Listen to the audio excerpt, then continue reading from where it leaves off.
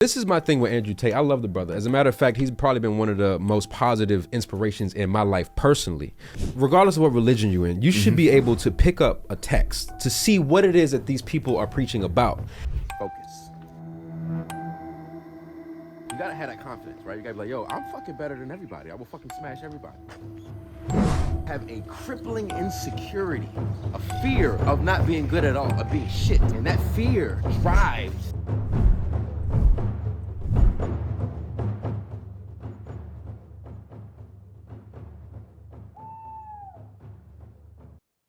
So I recently reverted to Islam, and it's been an amazing transformation for me. I grew up in the black church, so when I was raised in a black church, I always believed in God, but I saw a lot of theatrics in the church. You know, when the hooping, the hollering, and people catching the Holy Ghost, and it all just seemed really fake to me. But so I recently made a video explaining that my new reversion to Islam, and I put it on my social media. And when you say Islam, is that Nation of Islam or Sunni Orthodox Islam? Sunni Orthodox Islam, yeah. It went viral. And when I say the amount of ignorant people that jumped in my comments, they you know, you talk about Muhammad, you talk about all, you know, Muslims are terrorists. It's like people, first of all, they're not looking for the truth. They're not looking to even explore what the principles of this religion and this faith is. And they just have so much hate to spew.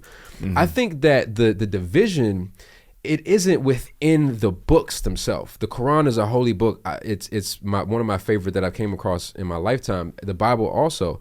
But people seem to weaponize it. And it's used for division, though I think that the scripture within it is true. What's your thoughts? I believe that most of the world's religious texts, and I myself was raised Muslim. My name Umar. My father named me after the second Khalifa to Prophet Muhammad ibn Abdullah, and most of my brothers are named after the other Khalifas.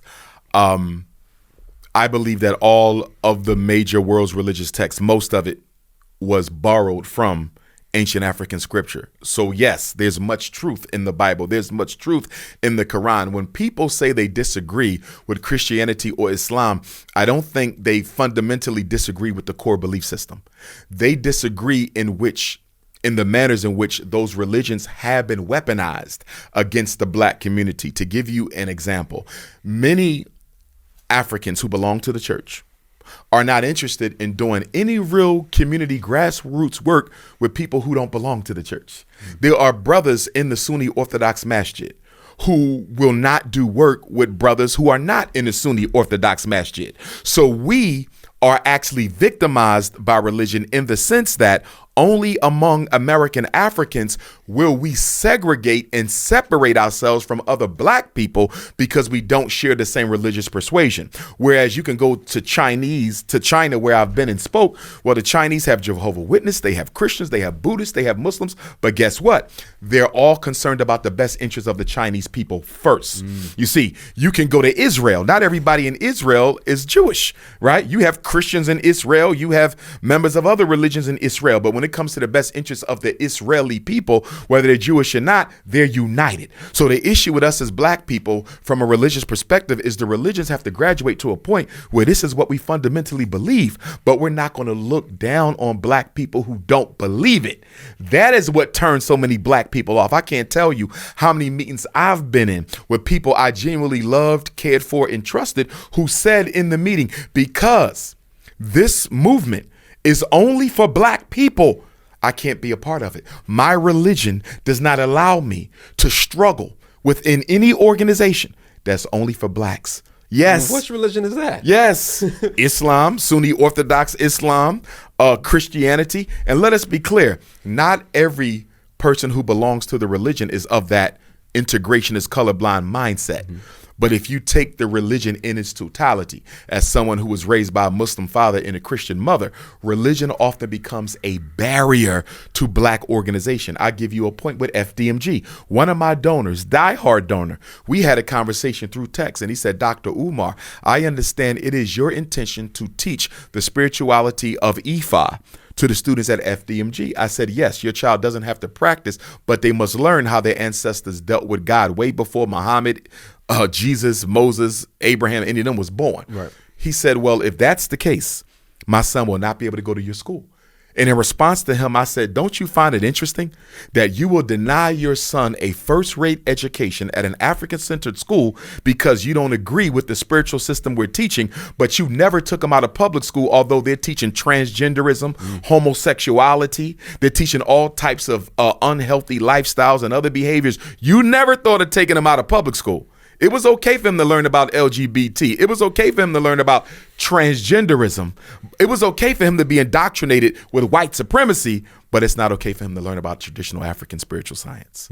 You see that? And that goes into like exploring what the truth is, because there's truth in the Quran. So I believe regardless of what religion you're in, you should be able to pick up a text to see what it is that these people are preaching about. Even though the religion, and when I say religion, and you could tell me if you mean it the same way. When I say religion, you're encompassing not only the text, but the people who represent it as well, maybe the leaders of that religion. And therein lies the problem. Yes. You're absolutely right. It's not just the text. It's the culture around that religion, the institution of religion, and the people. The culture, the people, the institution. Now, what that is is what people disagree with more than the religion. So, for example, if we took the Roman Catholic Church, someone may say, I agree with Catholicism, in word. But I got a big problem with the fact that y'all have allowed these children to be sexually abused by all these preachers for all these years, and they still a part of the church. That's not the religion. Right. That's the institution, the culture, the people. Do you see that? Yeah. Or people will look at Islam and they'll say, okay, well, where are the Sunni Orthodox masjids that are in the community doing real grassroots work? Because outside of the Nation of Islam, you tend not to see Orthodox brothers getting engaged in serious grassroots efforts for the community. Does the Quran prohibit them from doing that? Absolutely not. But the institution, the culture, and the people do. So the issue is, can you really separate the fundamental beliefs of a religion from the institution around it, the culture that has been created with it, and the people who lead it? And I would argue that you can't. I'll give you another comparison. Let's take hip hop. As you know, a couple weeks ago, I went viral because I said gangsta rap or hip hop community has been of almost no benefit to the black community. Absolutely zero. Right? Now, some of them would say, well, Dr. Umar, what you're calling hip hop is gangsta rap. So rather than hold the gangster rappers accountable as a segment of the hip hop community, they cowardly decided to redefine them out so they wouldn't have to hold them accountable. It's like if I go to you and say, hey, brother, you Muslim? Yeah. Well, there's some brothers who go to your masjid. I see them at Juma lined up with you for Salat every Friday, but they selling dope. They sleeping with underage girls. They sexually trafficking black women, right? Now, if you a man, I got to go check these brothers. Because there's no way you're going to call yourself a Muslim and engage in behavior that clearly would not be acceptable by Allah subhanahu wa ta'ala, right? Mm-hmm. That's what the man would do. But the coward would say, well, that's not Islam. We don't sell women. We don't sleep with underage girls. We don't sell dope. But they are claiming to be Muslim. They're dressing up like Muslims. Are you not going to do anything about it? I don't have to, because if you understood Islam, you knew that wasn't Islam. That's a cop-out. You see that? And that is what the black community got a problem with. Good Muslims who don't hold bad ones accountable. Good Christians who don't hold bad ones accountable. Good Muslims and Christians who don't hold their masjids and churches accountable for what they're not doing for the black community. Let's take Washington, D.C. Name me a masjid or church in this city that is leading the fight, not just showing up at meetings. I said leading the fight against gentrification, leading the fight against miseducation, leading the fight against police brutality, leading the fight against economic apartheid in America. Yeah. You can't name one. But why is that their responsibility? I'm going to tell you why. When I go to the masjid, I'm going there to do my salat. I'm going there to pray to Allah, subhanahu wa ta'ala. And that's it. Can I ask you a question? Yeah. When Muhammad ibn Abdullah was born, who was a black man, okay? While he was teaching and preaching Islam, when he saw wrong things happening in the community, did he say, it's not my job to address it, or did he address it? He addressed it. So why is your responsibility any different from his if you come in his name? Did Jesus ignore it, or did Jesus address it? He did. Did Abraham ignore it? Did Moses they addressed it. And because that is the example you follow, it is also your responsibility to address the ills of the community, individual and systematic. Put another way, I would ask a question. How can you claim to be about the Lord's work when you're comfortable with your people catching hell? Can't be. You can't be. You can't be. But at the exact same time, you have individuals who, like you said, they claim this faith, but I don't expect them to do the Lord's work, because in the same time, everybody is a sinner. Everybody's going to make those mistakes. So when they're making these mistakes, they're separate from the religion. Personal sins and political sins are different. Sins in the home and sins against the community is different. I may be cheating on my wife, right? That's a personal sin. I'm going to have to account to that. But if I'm robbing the community, that's a whole different level of cheating. The pastor taking all the money and using it on cars and clothes, that's a whole different level of cheating, because this is not just between you and your wife. This is you and the entire community. So political sins are of a completely different nature. And I would argue that if the church or the mosque is going to argue that we are all sinners and therefore should not be expected to do the Lord's work in a consistent manner, why even have a church or a masjid at all? How do you become any different from any other parasitic community in the black community? Because for me, if the church and a masjid are not progressive, if they are not organizing, if there's not some sort of a revolutionary spirit within it, it shouldn't exist. Because religious institutions take three things from black people too much and too often that we can't afford to waste. One is our time. The masjid takes a lot of time. I know because I was raised in it. Okay. The church takes a lot of time. I know because I was raised in it. Number two, your hope. You're playing with people's emotions. You got people believing that through this vehicle, something is going to happen and nothing of the shows. And the third, and of course, the Christians are more guilty of the third than the Muslims are, and that is our money. You're draining our resources. Now, we talk about how we get exploited by non-Africans in our community every day. Why doesn't that apply to the black church or the African-American Sunni masjid? Y'all taking donations, right? And you're not doing nothing for the black community. Any religious institution that has a revenue of at least $250,000 a year should have some kind of an institution. And many of them don't. This money is needed for us to save ourselves. We can't afford it to throw it into religious institutions who don't do nothing but pray. It's a waste of resources. But the same way that you say that the FDMG Academy and also the Marcus Garvey movement, yes, sir, keeps the religion out of it. Yes, sir. Why doesn't it work the opposite way? Why doesn't the religion keep all the politics out of it? That's Why a great can't you go to the masjid, you go to church, you pray to God, you come home, and then you do your freedom fighting, you do your political fighting, if that's who you are as an individual? Because historically, definitely from a Christian perspective, the black church was everything for us.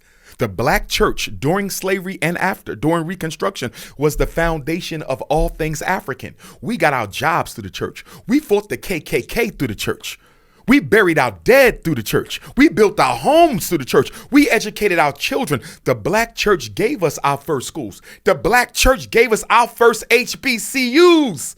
So there's no such thing as the black church not having its hands in the rebirth of the black community when that was the very origin of the black church. But after they murdered Dr. King, the black church took a turn, because that image of Dr. King up on the balcony, that image of Minister Malcolm laying up there on the stage, that scared black religious leaders to the point that black religion reinvented itself Islamically and in terms of Christianity from an institution of agitation. We're going to fight for our people to an institution of accommodation. We just going to co-sign whatever Joe Biden says and does.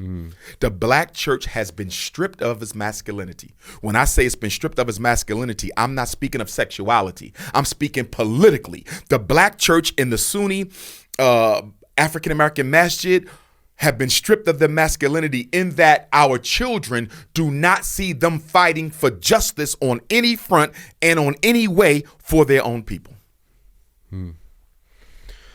Wow, that's powerful right there, man. But they can change it. Yeah. This doesn't have to be permanent. They can change it. But I do want to say this. The people who participate are as guilty as the people who are out front. If you go to a masjid that's not politically active in your community, why are you still going? You going to a church that's not doing nothing for black children, black mothers, why are you still going? Half the black boys in America in the 4th grade can't read on their grade level. Every other black teacher belongs to a church. We're the reading program. We're the math program. Why these churches and masjids only want to do something when they can find some grant money? Harriet Tubman didn't look for no grants. Frederick Douglass didn't look for no grants. Marcus Garvey didn't look for no grants. Why we need grants to do this work? Because we so selfish and so thirsty and so individualistic. You can do a tutoring program for free. Why you need money to teach our kids how to read when the black church started off teaching our people how to read without nothing?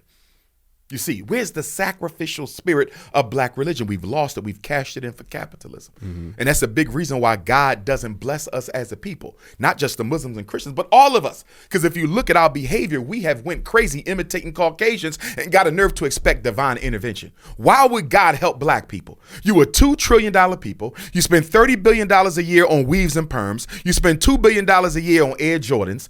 A man with a white wife. You spend $4 billion a year on liquor, $800 million on chicken, turkey, beef, and pork. You put your children in front of video games that you spend billions of dollars on annually, and you ain't got no real banks, you ain't got no real schools, you ain't got no hospitals at all, but a handful of them, no supermarkets to feed your people, no jobs, no distribution, no infrastructure, and you want God to help you before you helped yourself?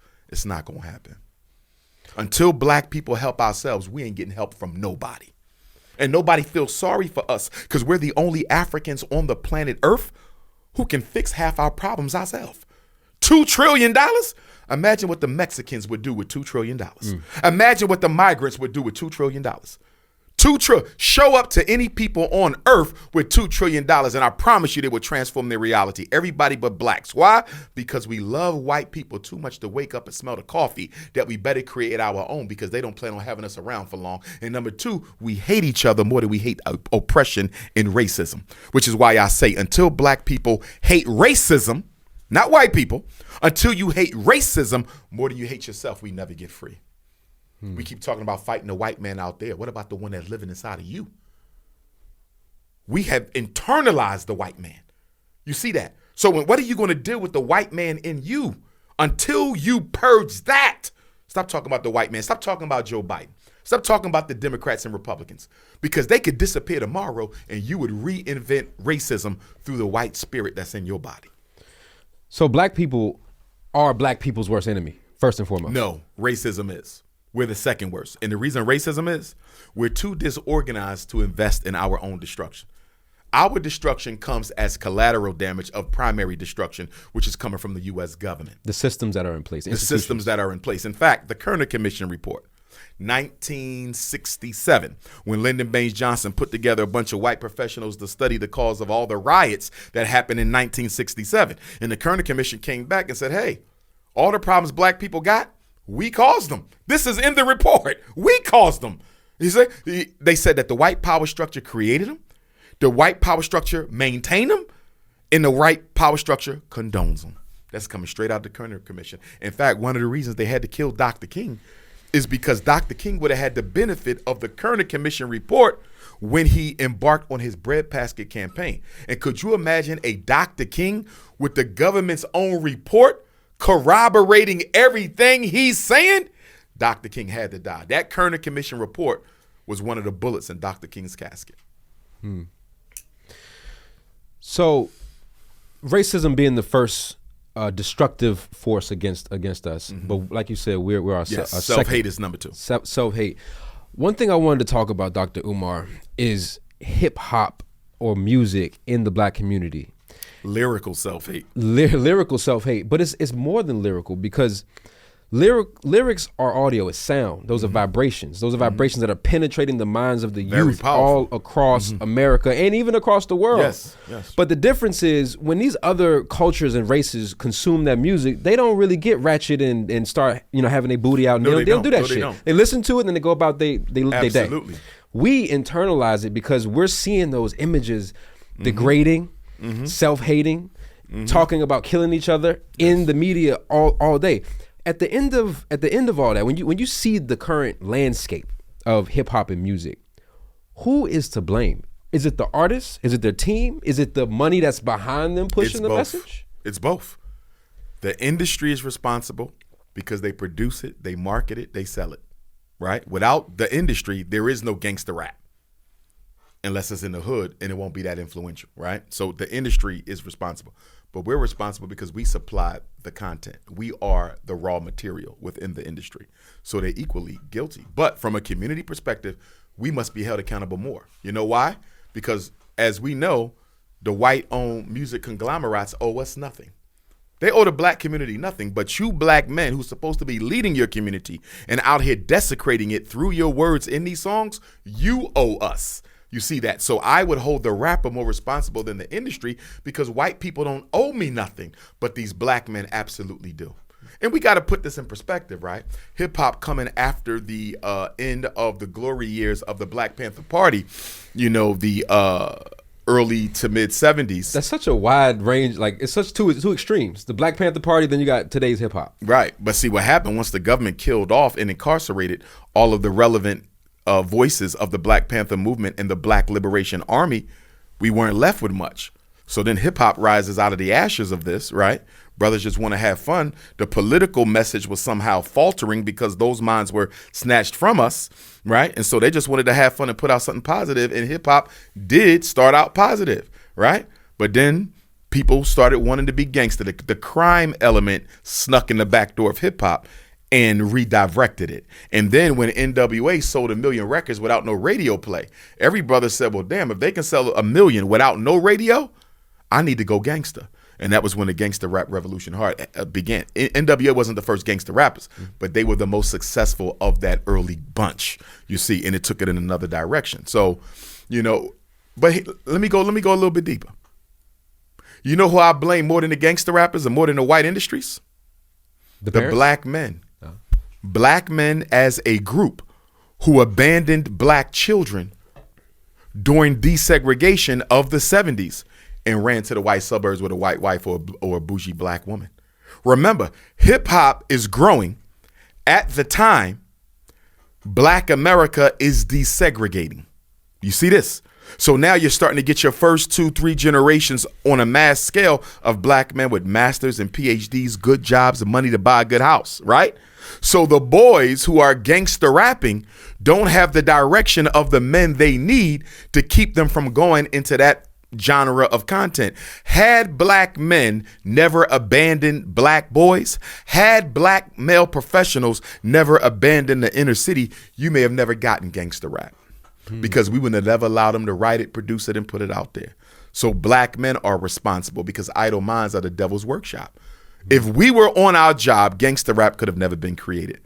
100%. Gangster rap came from single parented black males who had no fatherly direction. But even if we were on our job, the black boys in the hoods are getting approached with money they've never seen before.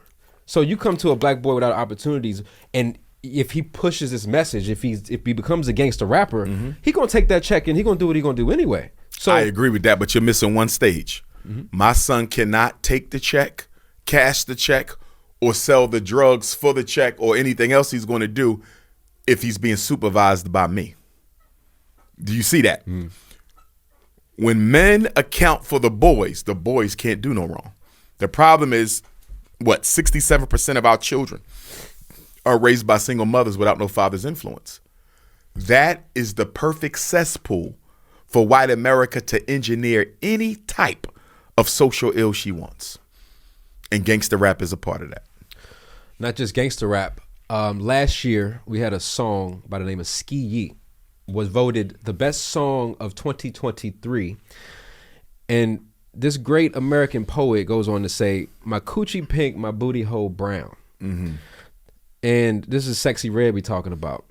Now, when I heard that line, not only was I disgusted, I was upset and almost embarrassed, because how does that look for our women? How does that look for our people on the world stage? This is the #1 song by Rolling Stone of 2023. That's fucking ridiculous. I think it is. But you know what's more ridiculous? Is we allowed our children to listen to it, and that's why it became #1. Without the attention paid to the detail, it cannot prevail. You see that? So Sexyy Red was very irresponsible for doing that, right? But at the same time, the black community was even more irresponsible, because we made it the #1 song. 100%. And speaking of like a Sexyy Red, I recently saw you take some pictures with Sukihana. Correct. She does similarly aligned type of music to Sexyy Red. Very true. What did you say to her? Did you give it a Dr. Umar speech? I did, but not the way that I would do it in an interview, because she knows I don't agree with it. We've had those conversations. She's also made it clear to me that she's at a point in her life where she's doing her, right? Which means what? She's just doing what she feels is best for her, whatever that may be. Individualistic. She's worried about herself, her family. Like most other black people. Exactly. But here's my point. I can get more with sugar than I can with salt. I would rather have a line of communication open to Sister Sukihana. You feel me? So if one day she decides I'm ready to go in another direction, Dr. Umar, what do you think about this? Guess what? I'm going to roll the red carpet out for you, because I'm already the leader of the conscious movement. I'm just going to bring you right on over here. And I think you're going to get more followers and make more money if you flip this over into something positive for black girls. This is my message to her. If you take the following you got and flip it into positive, put your clothes on, change your message, you will quadruple your following. This is what I told her, right? Is she considering it? Maybe, maybe not. I don't know, because I'm a psychologist. I study behavior. I can't read minds. But my thing is, I don't know her story. I don't know Sexyy Red's story. I don't know where the father was. I don't know where the mother was. I don't know what the traumas was. I know what black women tend to go through. And I assume they've been through some of that. So rather than me judge my sister, counsel my sister, crucify, condemn my sister, let me extend her a hand and say, listen, I don't agree with what you're doing, but if you ever decide to change this around, I'll be the first person to help you. That's where I'm at with Sister Suki. So I'm assuming it also applies to somebody like with the likes of Lil Nas X, who comes out attacking. Somebody sent me a picture with him with a baby in his stomach. Is he really having a child? I mean, I don't know. They're getting pretty advanced with this. Well, see, he has a father who's involved in his life.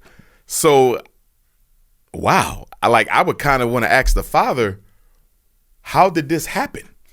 You know, you got to look at his artistic journey. When he started, he came out with the Old Town Road song, and that was I remember that. That was a song that took over America. Yeah, that was nice and clean though. It was nice and clean. Now, somewhere along the journey, it tweaked, and then he started talking. You know, he's worshiping Satan. He's giving Satan a lap dance. I saw that. He's doing a lot of things. I think part of it is for the attention, because it is causing outrage, right? Because we're speaking about it.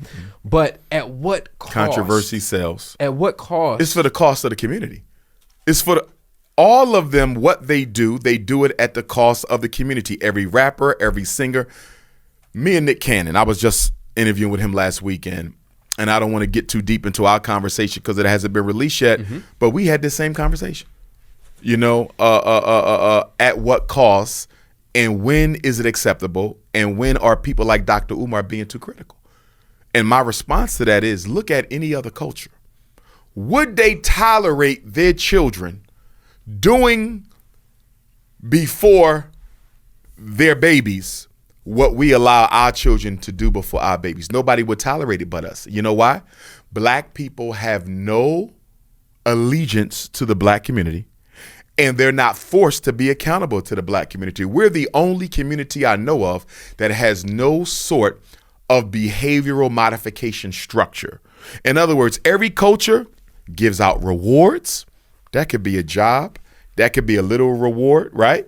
That could be a house, and they give out punishments. Let's take the Italian mafia, right? Back when the mob was around and prominent. The families fought each other, right? There was a lot of murders in the mob. But guess who better never die?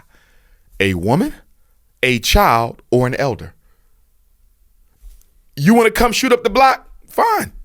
But you better not touch a woman, a child, or an elder. If you hit one, we take your life. That's mob rules. And guess what? No women and kids ever died, because you would be held accountable for that. Now let's come to Washington, D.C. Let's come to Philly, Chicago, Detroit. They kill the moms. Straight bullet. How many times during the year do you hear about another kid who got shot with a straight bullet? Another elder pushing groceries got shot with a straight bullet. Another woman, innocent bystander, got shot with a straight bullet. We don't have no rules. In other culture, even the criminals got rules. We have no rules. You can sell us out, reintroduce yourself, come right on back. No rules at all. And that's why nobody respects us, because a house divided against itself cannot stand. And people who won't fight for themselves, as Frederick Douglass said, have no right to be fought for by others. And that's why everybody passes black people by. What you begging for, what you crying for, you got the money, the intelligence, the manpower to fix your problems yourself, but you want the white man to do it. So it seems like it really comes down to a lack of organization within. Yes, and that organization, that lack of organization is based on a self-hate that will require a psychological revolution to change it. You don't change anything in Black America until you change the way we think. You change nothing. Mm-hmm. People ask me, Dr. Umar, why are you starting with a school? Shouldn't you be raising an army? No. Because if I raise an army full of self-hating Negroes, sooner or later, who they going to be fighting with? Themselves. Each other. You've seen it in Africa. You've seen it in other places. You've seen it here. So for me, the psychological revolution must take place before there could be an economic one, a political one, a spiritual one, a social one, an academic one. Change the mind. As the most honorable Marcus Garvey said, don't take the kinks out your hair. Take the kinks out your mind. What did Carter G. Woodson say? Friend of Marcus Garvey. He wrote Miseducation of the Negro while Mr. Garvey was incarcerated in Atlanta. Carter G. Woodson said, when you control a man's mind, because this is essentially what we're talking about. And everybody you're talking about was basically educated by white folks. So we got to keep that in mind. All these gangster rappers and sexualized rappers and gangbangers and drug dealers, who was their first teacher out the home? Caucasians. So they were never taught to love themselves. I'm not saying a Caucasian taught them how to sell drugs.